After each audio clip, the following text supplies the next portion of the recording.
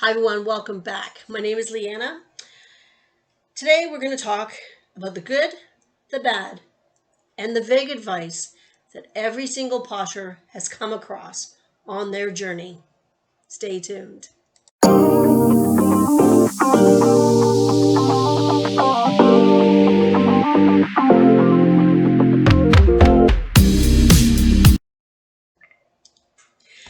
As a new reseller, you are going to probably, I hope, to learn whatever platform that you want to sell on. You're going to binge watch YouTube. You're going to join a Facebook group. You are going to join the Instagram community. You are going to follow people who have been doing it for a while, which is great. This is absolutely the thing you should be doing so you can learn some tips and tricks and whatever. But through this process, you'll be hearing a lot of advice. You'll be hearing a lot of conflicting advice. There's a whole thing on eBay about free shipping or not free shipping or shipping on top. You're going to be confused too some of the times because of all the advice there is. Now today we're going to talk mainly about Poshmark because it is what I know the best. But a lot of these bad advice, good advice items are actually true for across the platforms. So recently on Instagram, I came across someone who I now no longer follow saying to the world at large that they don't answer questions. They don't have time to answer questions. I'm not answering any questions. None. Nada. They're ignoring whoever. This one sort of has a good and a bad to it. The bad part about this advice is when your potential customer asks you a question, do you ignore them? Why would you ignore them? You want that customer, you want them to buy your item. If they ask a question, answer the question. It takes very little time for most questions to be answered. If that question, the answer is in the listing, say for instance, hey, what size is this? And it's in the listing. You have a choice there. You could ignore that, but if you ignore, you probably won't get that sale. You could just say, answers in the listing, but then again, customer's not going to feel good about that, right? My word of advice, and take this with a grain of salt, I would say the size is a medium. The rest of the details are in the listing. Thank you for your interest. So I've answered the question. I've reminded them that, hey, read the listing because it's in there. But I've also buffered it with a, thank you very much. In my many, many, many gray hair, many years of customer service, never ignore a customer. A customer wants to be heard. They want to feel important. And if you ignore them, they're not going to feel like that. And chances are they will not buy from you. So the good part of this advice is if you do get those weird questions like, can you try on these shoes? Can you those types of questions, absolutely ignore them and choose to do whatever you want with that buyer. Because yes, you don't have to answer every single question if it's rude, if it's weird. Use your judgment. But answer questions, make your customers feel heard. The next piece of advice that I've heard, and I've heard it recently in a Facebook group, and it's don't provide measurements. And actually, the incident I'm talking about, the person said, I do not provide measurements in the listings because then if I get a return, the customers can fake those measurements and the return will be accepted by Poshmark. And I'm like, what? If you provide the measurements, it's like providing as much information about your garment or your item as humanly possible. This will make the buyer well informed and then makes them want to buy. I think it shows them, what's the word I'm looking for? They have confidence in you because you're providing all this information. If you're providing there's a flaw, if you're providing all the measurements you can, there's nothing wrong with doing that. Some people say I don't have the time to do that. And really, literally, it takes 20 seconds to provide measurements on a top. You don't have 20 seconds for a listing. You know, that's your business model. Fine. When you're giving that advice, though, always explain why you don't answer questions. Always explain why you won't provide measurements.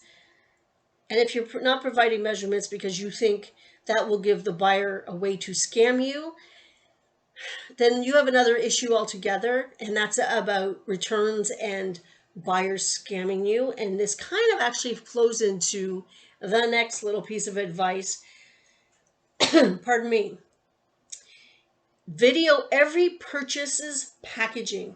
Every time you make a sale, you take that garment, you take new pictures, and you put it in the packaging and you send it on its way. You timestamp those photographs in that video. This is to help if you have a case. Okay. In and of itself, it's not bad advice, but I personally don't have time for that. I do not have time to videotape every single package that goes out my door. And I think it's a waste of my time. Personal opinion, but that's what I think. Why? I feel that if you are honest in your listings, I feel that if you provide a lot of information in your listings, you will not be getting returns. The amount of scammers out there are very few. Yes, they exist.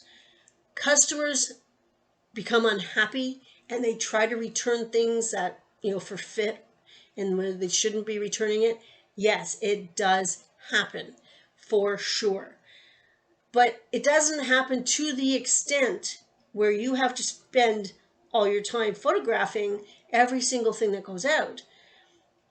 Out of the thousands of things that I've sold, I've had 4 cases open. 4 in the 2.5 years. And really, only one was totally my fault. I missed something. One was my first case and I should have fought it a little bit more, but I got the item back and it was fine. One was I actually sent them the wrong thing, which is wow. But they were happy with what I sent them, so they kept it. Cool.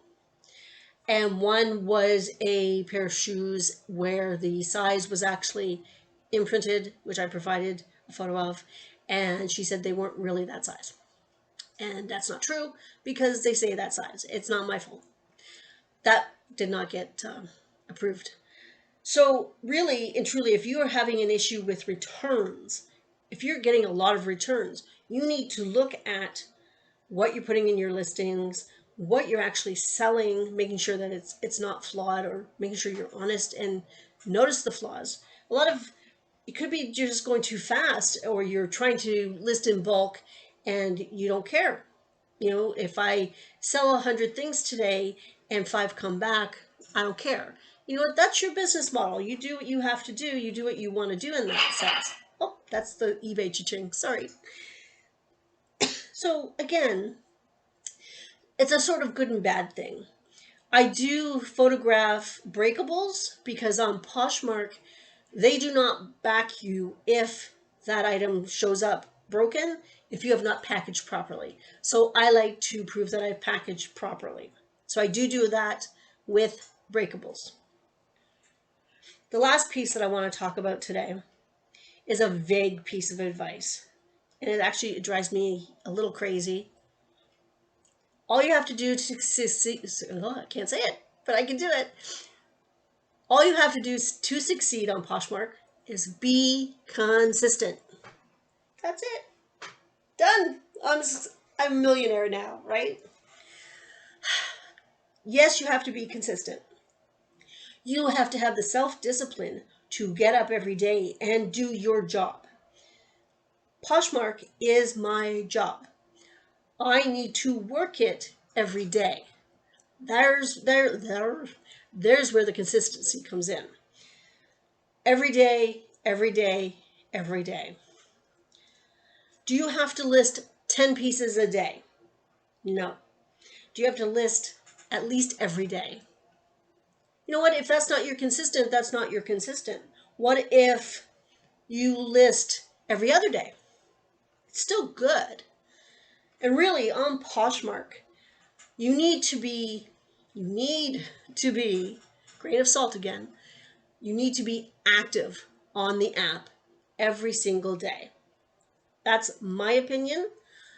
I think that you need to list or share or even share other people's closets. Nobody tells you to do that. They tell you never to do that. But you're being active on the app. Relist, edit your listings. Do something for a bit of time. The other day, I did list a little bit because I'm on a listing challenge right now. But I also did my inventory because we have an office space. I photograph everything over there. I wait till that tub is full. I bring it home and then I put it into my inventory system. So I'm going into my closet and I am editing all those listings that come with that tub. That is being active on the app. That's what they want. I share every day, but I also take time off where I do nothing. Usually it's Thursdays and Sundays. They're my lighter days. I still get up in the morning and share my closet, but I won't necessarily list and I won't necessarily, relist or edit anything. I'll answer questions, but for the most part, my phone's away. I'm reading a book. I'm relaxing. My head is not, in there anymore. But in order to be successful, be active. Being consistent, only you can answer that question about what that means. Do you understand that? Okay. I think I got an itchy nose. There is no secret formula.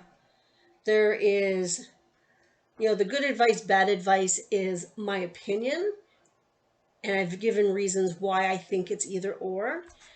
You have to know what you want out of your business. You need to know what your goals are and what you want to achieve. And when you binge watch people, you need to pick and choose what advice you want to follow. And you know what? Try it. Try it all. Try listing 10 a day. Try listing 5 a day. Try sharing 15 times a day. Try sharing once.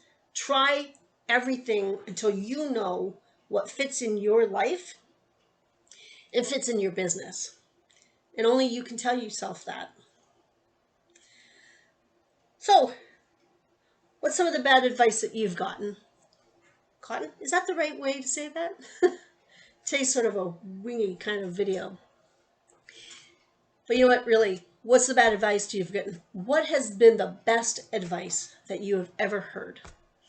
For me, I think Lonnie from Shed Flips said it best.